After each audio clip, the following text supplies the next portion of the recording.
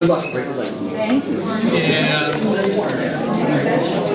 there is coffee and sweet things over here. Our panel is coming together. Sweet things. Okay.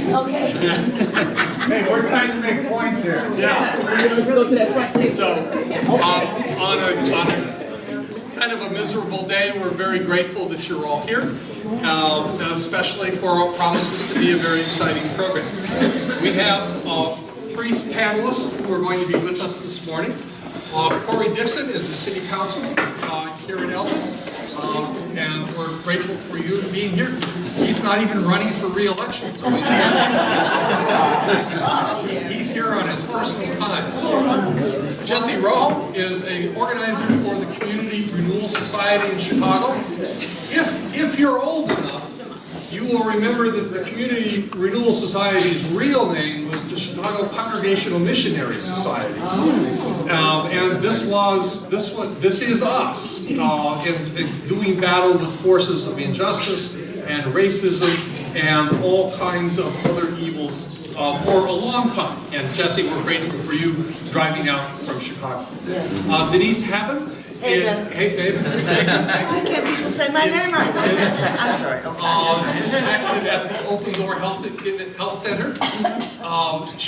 We owe a special debt of gratitude. Julia McClendon from the YWCA was going to be here, but Julia's mother had a sudden turn for the worse, and I think that means she's dying, and she had to go back to West Virginia. And Denise stepped in at the last moment and was as gracious as you could possibly hope for to step up and help us in this discussion. We're part of a series on Christian faith and dominant social issues. We're looking ahead to next year as to what one of our Live Love themes is going to be, which involves grant money going to organizations that are doing work to advance the kingdom of God. So we have skin in this discussion there. We ask our three panelists to address three questions. The first is, what's the problem? The second is, what are you, your organization, you as a person, what are you doing about that problem?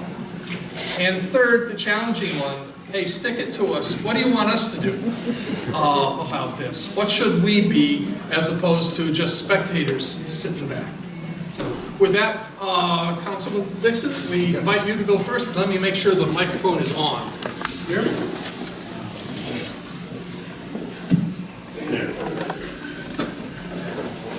Good morning, everyone. Good morning.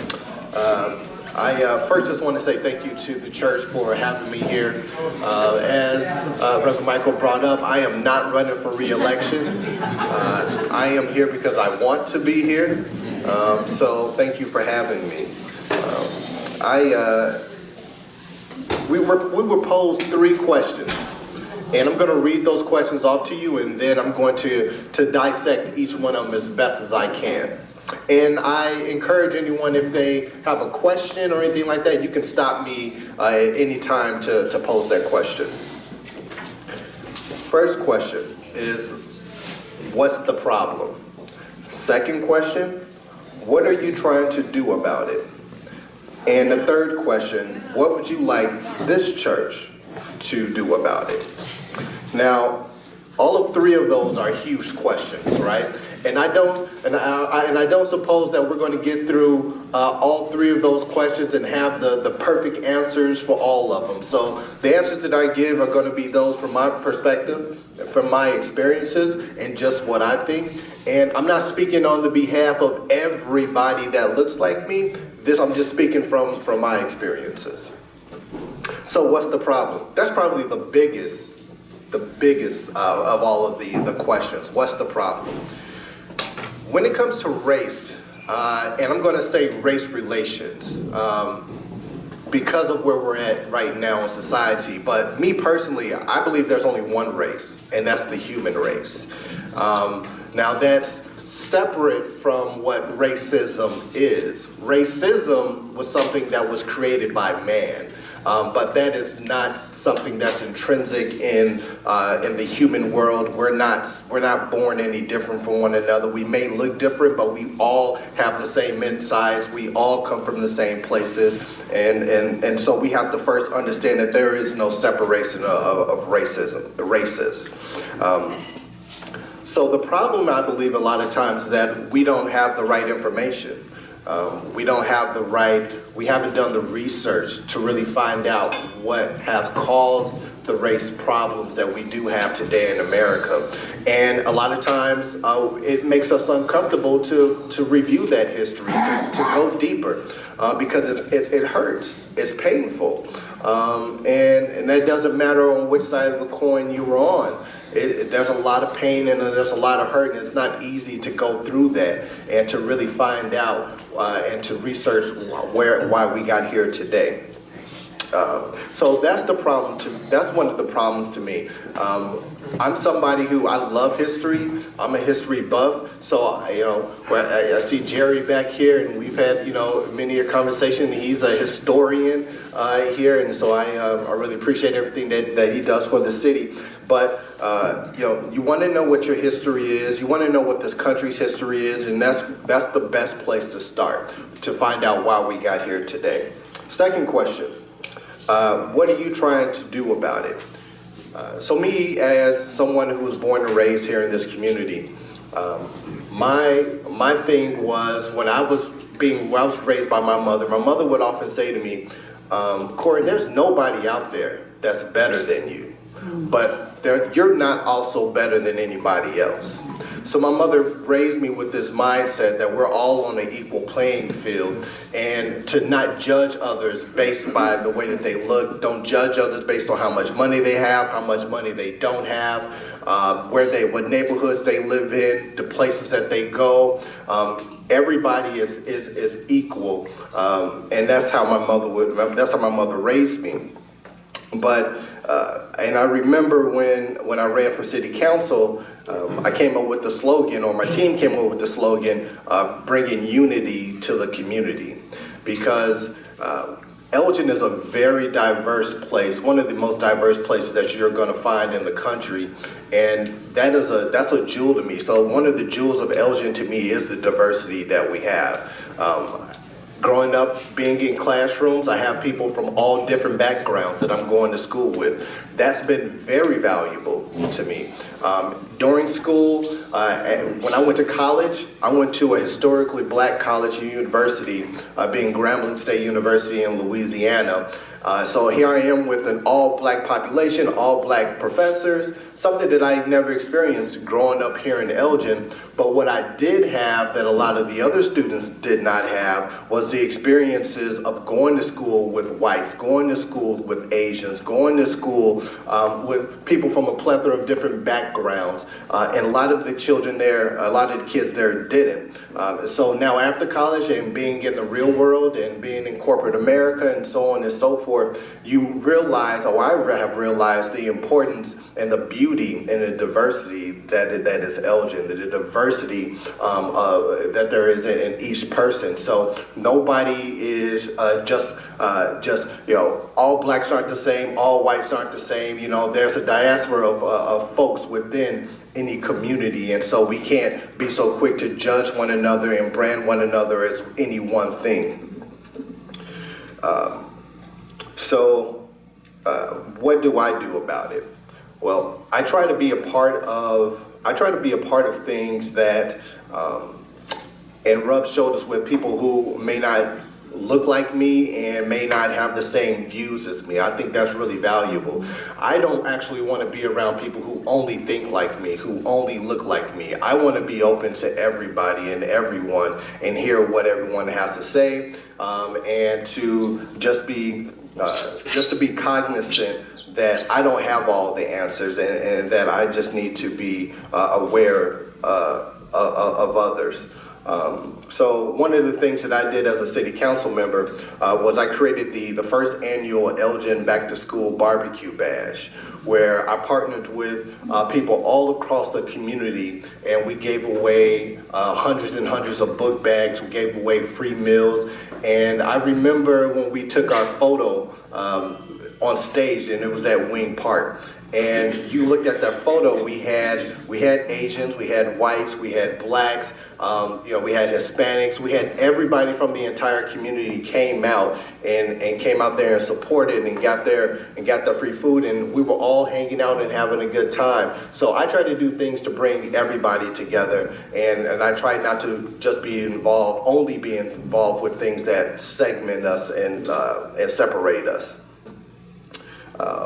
Third question, what would you like this church to do about it? That's a really big question too.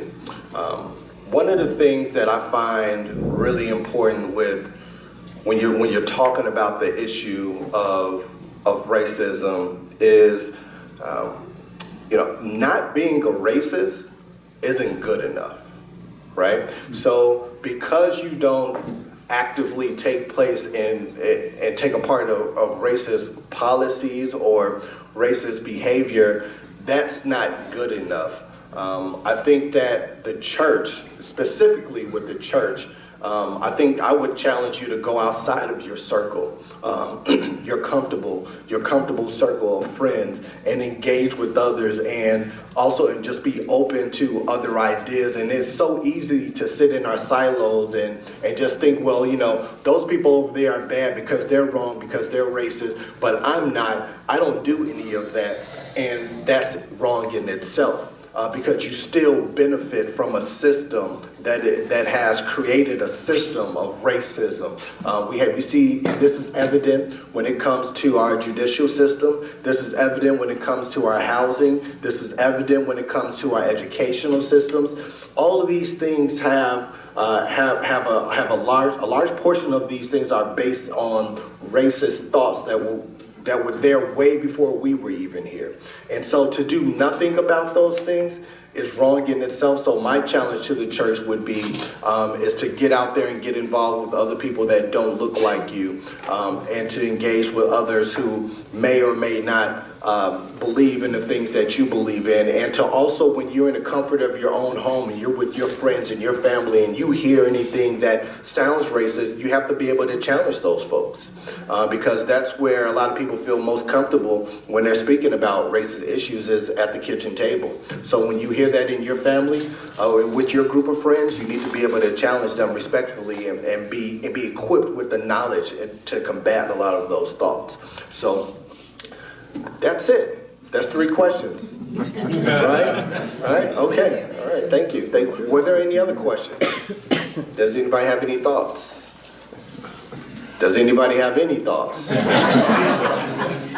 Please, go ahead. I have one for you. When you encounter racism or racist attitudes or behavior, how do you respond? You know what? It depends on what time of day it is. I'm gonna be honest with you.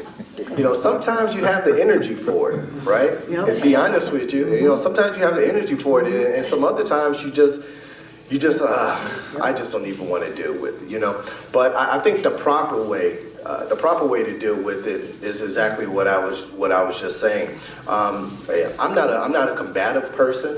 Right, so, and I'm not someone who's negative where I'll attack somebody else, but I would like to, if I hear or I encounter something that has some racist attitudes to it, what I like to do is I'll respectfully challenge that person and say, why do you feel the way that you feel, right? I'll bring them in. That's one of the first questions that I ask, right? Because it's important to know what someone's experiences are, because I got to tell you, we all have our biases, right? If you want to admit it or not, we all have them, and that's okay to have those things, but you just don't want to act on them. Right, because we all have these thoughts sometimes. So first you ask that question to invite them in to understand why it is that they feel the way that they do.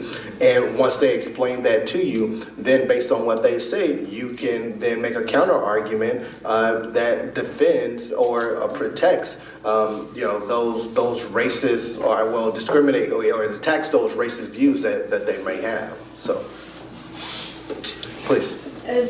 Do you have any hopes for Elgin in the future of how we can maximize the wonderfulness of our diversity? I think that we have to continue to push the envelope when it comes to how great Elgin is. For a long time, Elgin had a negative stigma when it came to race relations and just our community as a whole. And I think that we've really turned the corner on that. And we're not that community that have that high crime, that we're not that community that had all these race issues. We've gotten past a lot of that. Now, that doesn't mean that the work is done. So we have to continue telling people about how great Elgin is, right? So when people talk about, when we have people out in Hampshire, or we have people out in Pingree Grove, or even somewhere east going towards the city, I don't know, Schaumburg, Barrington, or whatever the case may be, and they say something bad about Elgin, you guys have high crime, or you can't go downtown, or all of these different things. You have to say, no, you have it all wrong. We've grown here in Elgin. We are actually great. We have this beautiful, diverse community. We have this bustling business community. We have this great housing market. We have a great school system. And that's another big thing. School District U46 is awesome. And a lot of times you will hear people say, I want to move to Elgin because of the school system. We have a great school system. So you have to be able to dispel a lot of these, a lot of these negative comments and talk positively about Elgin. So my hope is that I think that we've been doing that to some degree, but I really want to see that catch fire over the next few years. And so we can talk about the history of Elgin, where we came from and where we're at right now. I think that's really, really crucial going forward. Please. I came in a little late, so maybe you've already addressed this, but what do you see as the trends in racism, say, since the 50s or 60s in this country? In some aspects we haven't changed, but I think largely we've made a lot of progress. Okay, so from the civil rights movement, from the 50s and the 60s, we've made leaps and bounds to get to where we are right now. But we have to understand that the progresses that we did make are still under attack, today. And so we have to stay vigilant to those things when we're talking about the laws that were put in place to protect folks. And we have to continue not only to protect folks because of their race, but protect folks because of their gender, protect folks because of their sexualities. We have to make sure that we have protection for them as well, because if we don't protect them, who's going to be around to protect us later on down in the future, right? So that's really important to me to make sure that we do. Good. I think you passed. Go ahead, but then we need to get to Jesse. Okay, all right. I was born and raised in Elgin. Elgin has came a long ways, but yet has a long ways to go. Absolutely. And I think racism keeps popping up its ugly head because of the fact that we haven't totally dealt with it. Right. And it keeps coming up. It keeps coming back up. After we think that it has died off, it keeps rearing back up because of the fact that we haven't totally dealt with it. And as far as being biased, we all, as kids growing up, we all have the tendency to tease one another. We tease each other. You're different, you're that, you're this, you're that. And I don't think anything's wrong with that, because that's human. But when it comes to the fact where you're trying to stop someone's progress because of who they are, I think it becomes wrong then. Or who you like or who you don't like. When you begin to try to Oppress and stop them because of what you don't like about them, it becomes wrong. Like I said, we all tease one another. We all have our ups and downs. That's life. Yeah. But when you begin to try to oppress people hold people down, hold people back because of who and what they are, it becomes wrong. Yeah, yeah. Well, thank you. Just to comment really quickly, and I'll let Jesse come up here in just a second. I think that you make a really valid point. We really haven't dealt with racism as a country. We've kind of saying, oh, well, you know, that was the past, and, you know, everything is okay now. You know, why don't we just forget about it? That's easy for some to say, but me as a black man, I still feel a lot of racism in society that others may not even feel. And I'm somebody who, you know, I go to Second Baptist Church where I'm a deacon. You know, I born and raised here. You know, my wife, me and my wife, you know, we're taxpayers. I have a beautiful family. You know, I shop at the same places, go to the same places, involved in a lot of different things around the city. But still, I feel that history is with me always. So we have to be respectful of that when people are talking about, well, this is how I feel. You can't tell others how to feel, right? So, but thank you for your comments. And now I'll pass it over to Jesse. Thank you.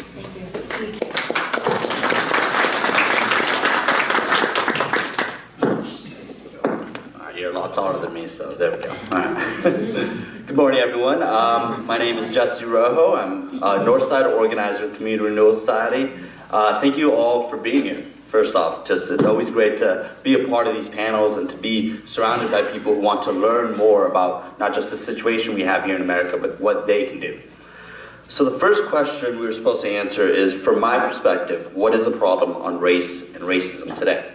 To answer that, I want to first speak about the systematic racism that I believe has to be ended before anything else. And to illustrate the systematic racism, I want to focus on the disparity in wealth amongst different races.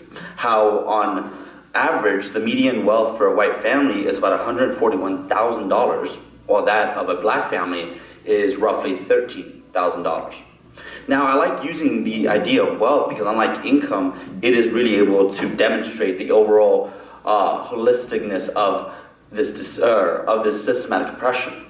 Wealth disparity illustrates the damaging effects that has come with mass incarceration. By taking a 23-year-old brown man, putting him in jail, you affect his life forever. With that, you affect the wealth of his family. By deporting the main household earner of a family that in most occasions is already pretty low income, you take out about 75% of their wealth on average.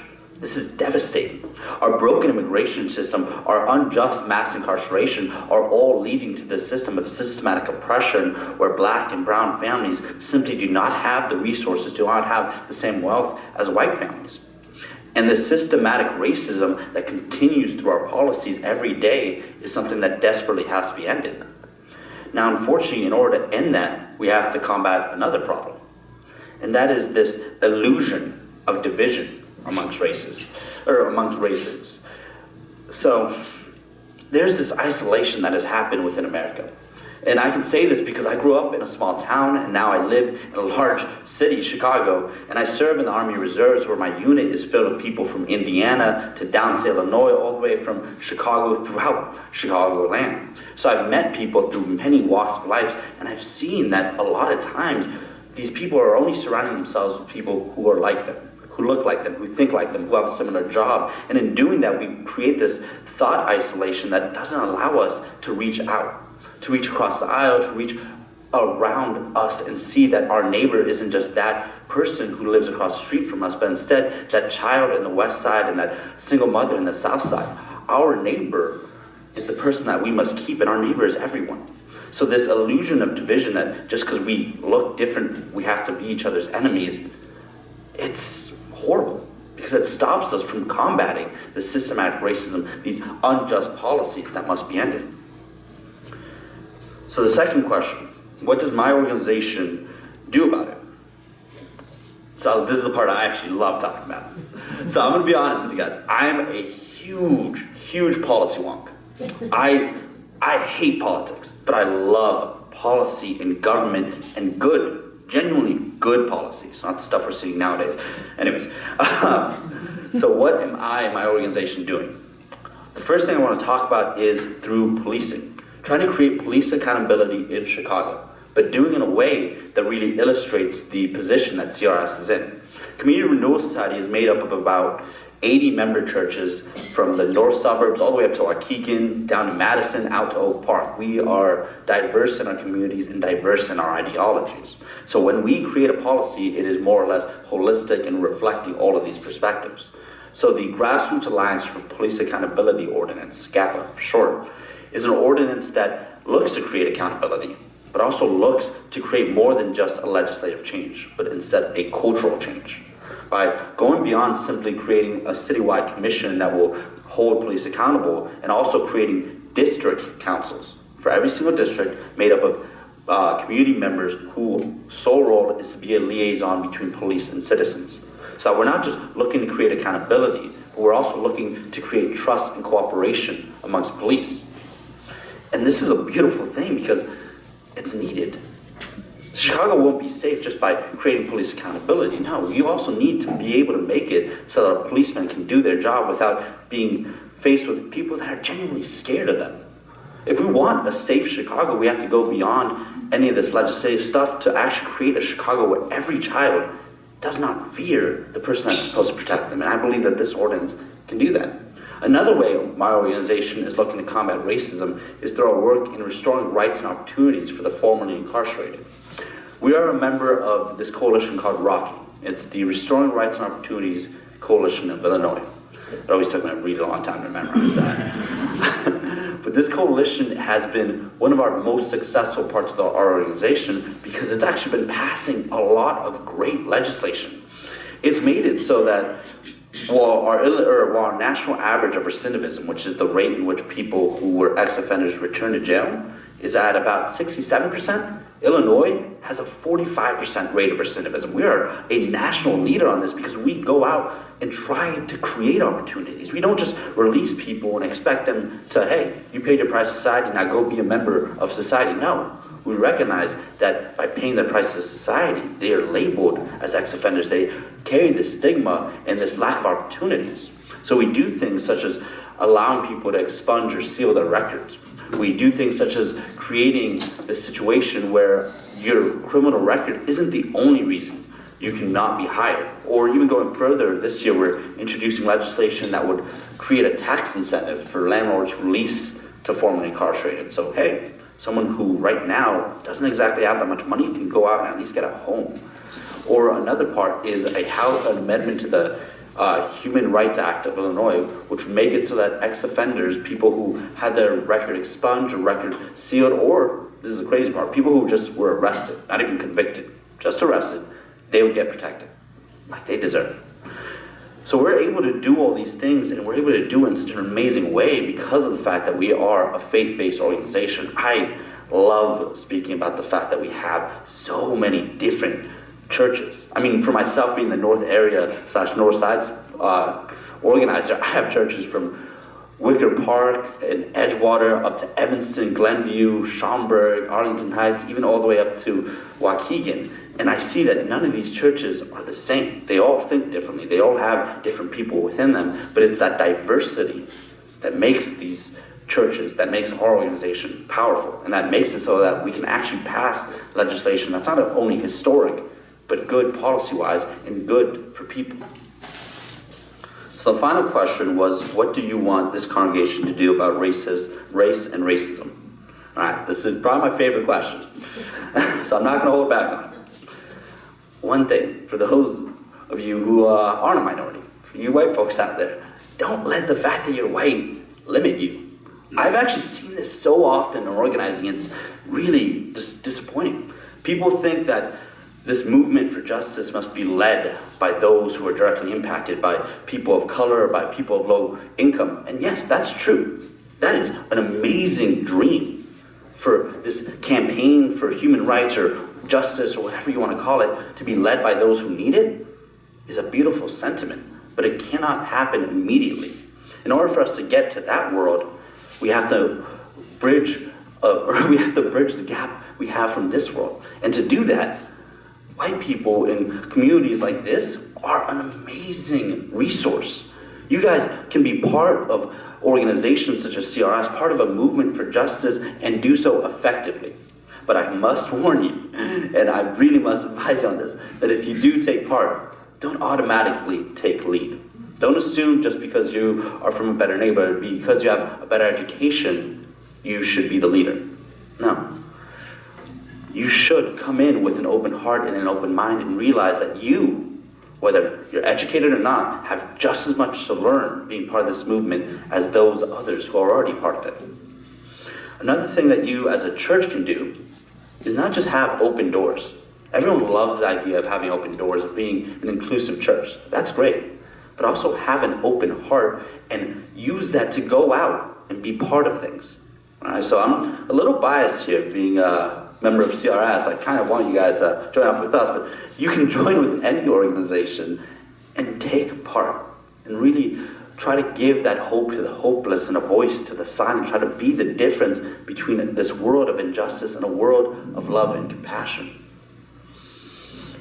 And the really beautiful part is that by doing that, by churches throughout Chicago coming together with all our diversity, we have strength, and that we can use that strength to seize this moment of political opportunity. Everyone loves talking about this blue wave we had in Illinois. But the truth is, it was not a blue wave, it was a purple wave. I was just in Arlington Heights yesterday where I was speaking about their 3 new representatives who won by 52.4%, 52%, and one who won by 13 votes. This one representative who won by 13 votes previously would never speak to me or CRS, period. His mantra was that he's the most conservative man in the House. He was proud of that. Now, he's reaching out to us because he knows he needs to listen to community. Right now, we have this position in Illinois where community and our voices and leaders such as yourself can really be a huge difference. So please, just believe in yourself. Believe in the leader that is within all of you. Believe that when we stand up and we stand together, we can stand for justice and bring it. We really can. That's really all I have to say. So any questions, y'all? What is the name of your organization? Community Renewal Society. And that's out of Chicago? It's based in Chicago. Our office is just on Jackson, so downtown, really nice for me. But we have churches all the way from Waukegan down to Madison. That. Yeah, okay. Yeah. Thank you. Of course. Any other questions? I've talked a lot today, so I got no problem if you guys just want me to sit down.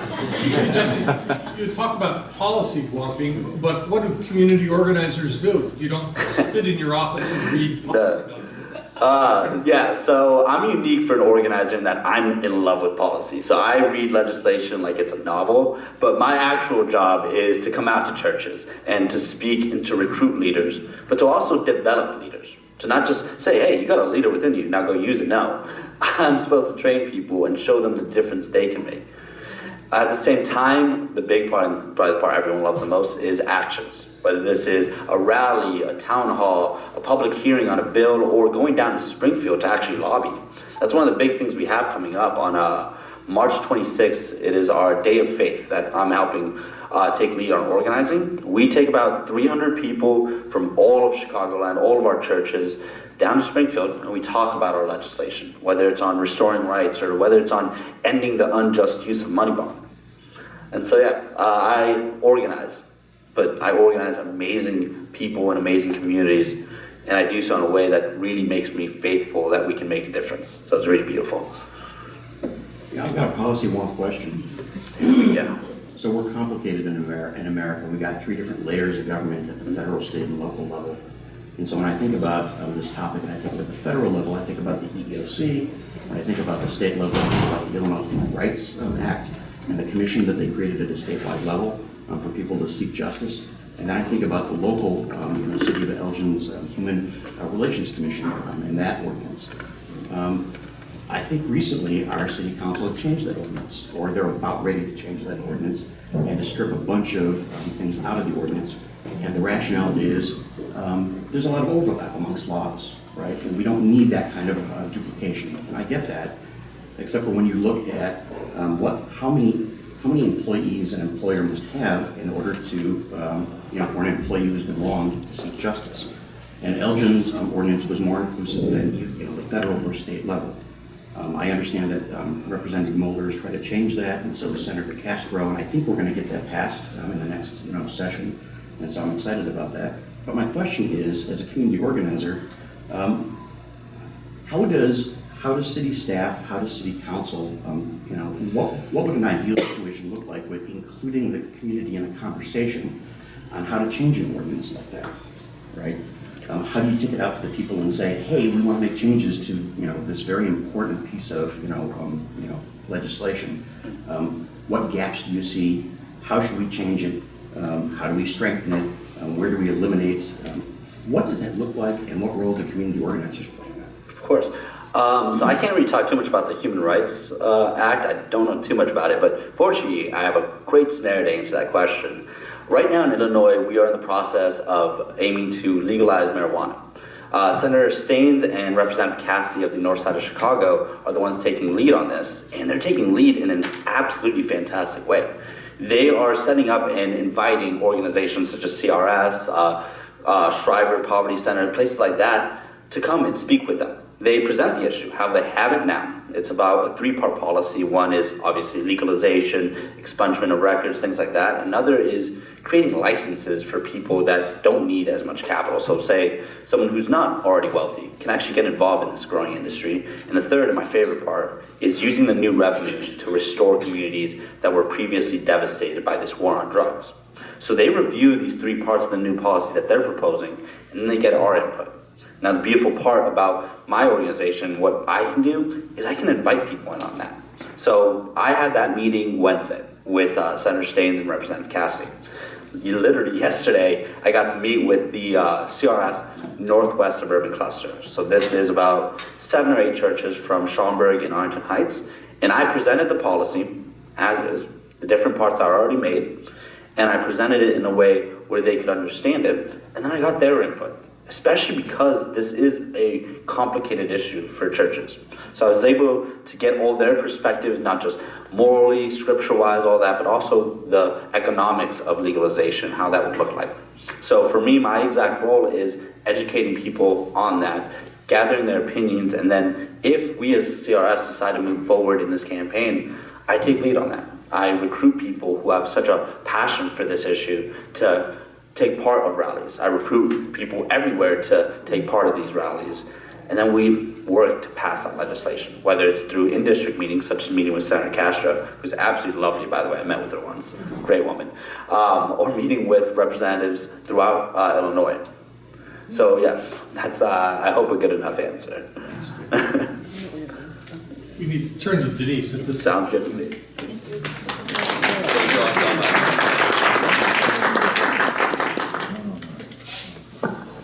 Well, now, this is either a case of saving the best to last, or I don't know. My name is Denise Haben. I have lived here in Elgin for a very, very long time. I am here to speak from the perspective of being an ally. I'm always really kind of curious, but when I'm invited to be part of these sort of panels on race, to make sure that there are people of color on the panel. So, Mike, you did well. I have been on panels and I have been asked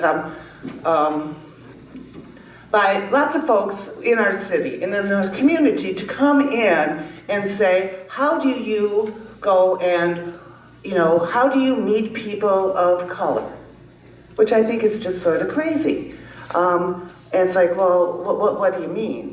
And it's like, well, you go out, you talk. I have served on Elgin's Human Relations Commission, and so I'm in agreement with Mr. Anderson here about how the city is stripping the ordinance of any teeth, but that's a whole other conversation. I've had the conversation with Councilwoman Dixon. But in my role with the Human Relations Commission back in 2007, 2008, what we did back then, because it was very similar to time to what we are experiencing here and now in Elgin. Back then, the city was divided. There was lots of concerns about overly policing our African American and Hispanic neighborhoods. We had a police chief who was fairly disconnected from our community. And so the Human Relations Commission, way back then, actually created the first unity in the community conversation. And I'm very proud of that. I was one of the organizers of that. And what we did back then in 2007 and 2008, we invited our community to come together. And we had close to 100 people in the audience. It was a beautiful cross-section of our community where we began a conversation on race and race relations. So, here we are, 11 years, 12 years later. The community conversations have become cliche, in my humble opinion. We are no closer to scratching below the surface than we were 12 years ago, in my humble opinion. Because back then, we identified the problem. We had people having conversations and meeting one another. And then we, kind of kept it going for about 6 months, and then it went away. So, in 2011, our mayor, at one of the at our Dr. King celebration, maybe not in 2011, maybe a little sooner, in 2013, we held what was billed as a community conversation on race in relation to what happened in Ferguson. We had a great, stupendous audience who stuck around for that conversation. We got going. The Human Relations Commission actually continued those conversations, and we had them on a quarterly basis. And then it went away. And so we come to last year, and the killing of Cynthia Clemens. And I am not going to ever stop saying her name until there is justice for her. It took the city, I don't know, I'm just getting on my soapbox, over 3 months to have a community conversation about her death. The Human Relations Commission was initially charged with having that community conversation. And we had a plan in place, and it got stopped by our city leaders. Not Councilman Steffen, not Councilman Dixon, not anybody, not any of the council members, city staff. So, you had a controlled community conversation in June of last year, where the community came together. We had 75 people, and the community didn't get to talk. We heard from police officials, we heard from the city manager's office, we learned about the criminal justice system. People were able to write down their questions, people were able to write on big notepaper, and the city staff gathered that notepaper. They said, we'll be back for another conversation, and I'm still waiting. Wow. So that's the truth. So, as an ally in this area, I really believe that we have to have more than a conversation. Councilman Dixon said it very well. These conversations are painful. They raise ugliness. And we white people, we have to own the ugliness. I am sorry. We have to own it. And we have to admit that our silence makes us complicit in racism. Our forgetting about issues, making things conveniently going away. White-splaining, which is this great term that I came across this morning, and I thought, okay, so maybe coming to church is helping because now God is giving me words. White-splaining is a thing that we white folks do in trying to explain to black folks, brown folks, Asian folks, their experiences. And it's crazy making. It's like when I was married, and I'm not married anymore, but when my husband would tell me things that I knew. And I think the term now is mansplaining. Yeah. And it makes me absolutely crazy. I sat in with somebody recently, and my question was a very specific question. And it was just about, it actually had to do something with the city. And I got, and actually the answer was a yes or no answer to my question. I got the history, I got the context, and I kept saying to this man, I know that. I know that. I know that. I know that. Shut up. I mean, I did. I said it to the individual. I said, all I need is yes or no. And that's all I'm asking. When we white-splain stuff, we do that to people of color. And it is so arrogant, and it's our arrogance of having white privilege. And then we deny that we have white privilege. And it's like, okay, this is crazy making. And that's part of the conversations and part of the work that we as white folks need to do. And I'm like not answering my questions in order, but I don't care. So I currently work at Open Door Health Center of Illinois. And so, coming in and the work that I do. And so now I'm working a lot within the LGBTQ community. And so I kind of came in, and this is just my arrogance and ignorance, coming in and I'm talking to folks. And so many of our staff members, I think 51 or 52% of our staff represent the LGBTQ community. And so I'm talking with one of my young colleagues who is telling me then, and then I suddenly had, how they talk about intersectionality, which is a big word that means that, we all are connected in some way. So I wasn't expecting this, but then I heard about the bias and racism the prejudices that members of our staff have against one another based on race. And I thought that was an interesting learning, and so we talked all about that, but it brought it home. So in my organization, we do diversity and inclusion work. That's part of the work. We have intense conversations on a number of issues. In my work with the city, I serve currently, I no longer serve on the Elgin Human Relations Commission. I resigned in December because I don't think the city is doing enough around race issues. I mean, I truly believe that. They can talk a good game. You have staff that are lovely people. They can use beautiful words, and they think that they're doing stuff, but they are not. They have stopped it. They have stopped the work again. So if you don't know, I'll tell you. So for the second time, they have gotten rid of their diversity and inclusion consultant. Wow. The first consultant, and I've known and worked with both of these individuals who are wonderful. Because there was, I think they got too close. That's my biased opinion.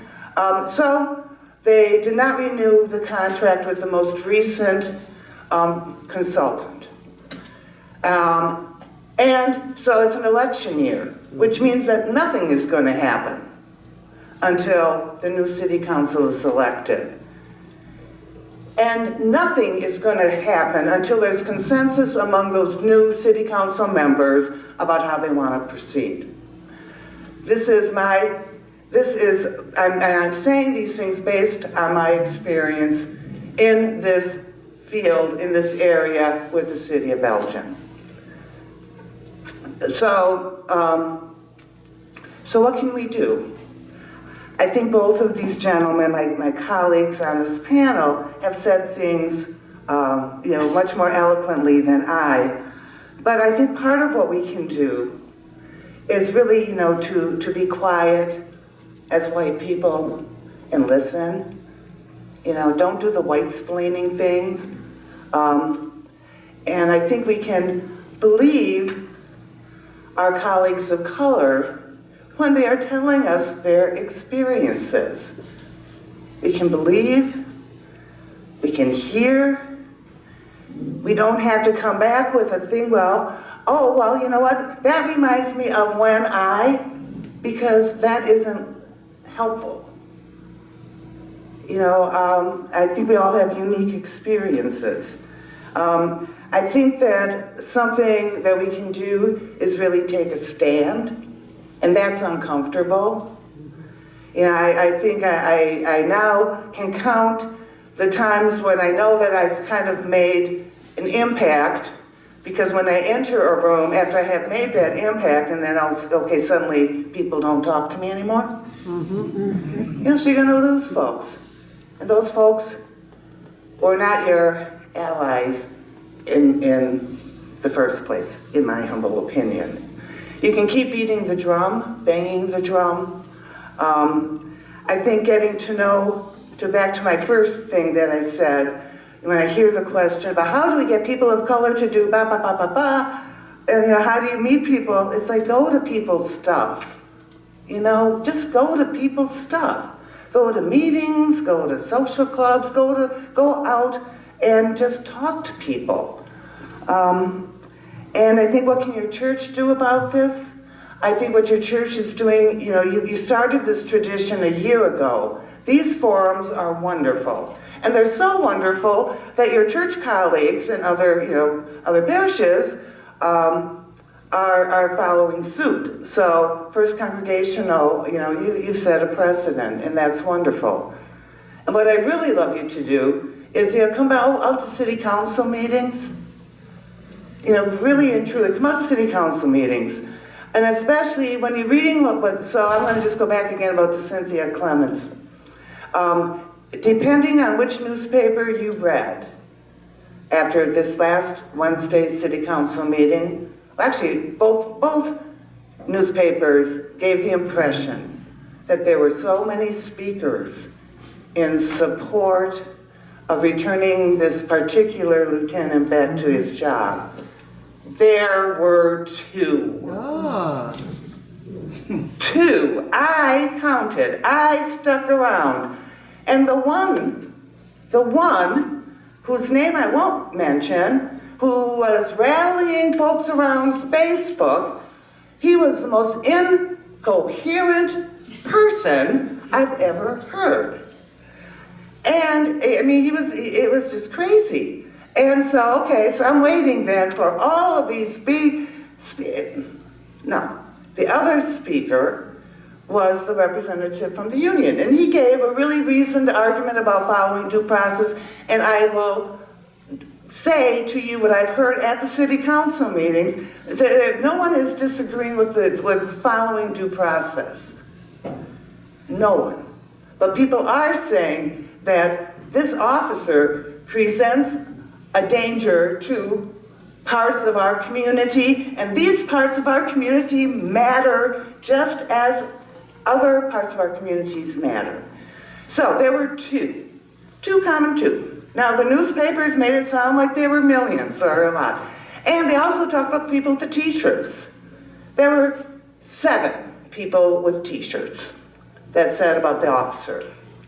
There were at least 20 people with the opposite sentiment. So I encourage you to come out. The clergy have taken a great stand in presenting arguments to the city, and I'm way over my 10 minutes, so I will be quiet now, because I know that you have the Lord's work to do. So thank you very much. Thank you.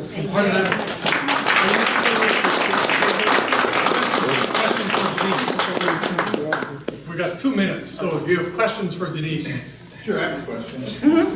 People's attitudes about human relations first formed at home, and then in school. Right. And maybe they get a little modification if they get to take it to church. Right. How do you change that? Change the folks, change the teachings at home. I mean, I think Corey, said that. When you're around your table, have It is a tough job. It is a tough job. No one said this stuff is easy. I talked with a clergy person recently who took a stand in the Cynthia Clemens case, and she was bemoaning, and really, this person was sort of bemoaning how hard it was. And this happened to be right around Dr. King's birthday and our celebration. And my response to her was, yeah, well, Dr. King died for his beliefs. So, you can withstand, get a tough skin. Yeah, it's going to be difficult. But anything worth having, it's going to be difficult.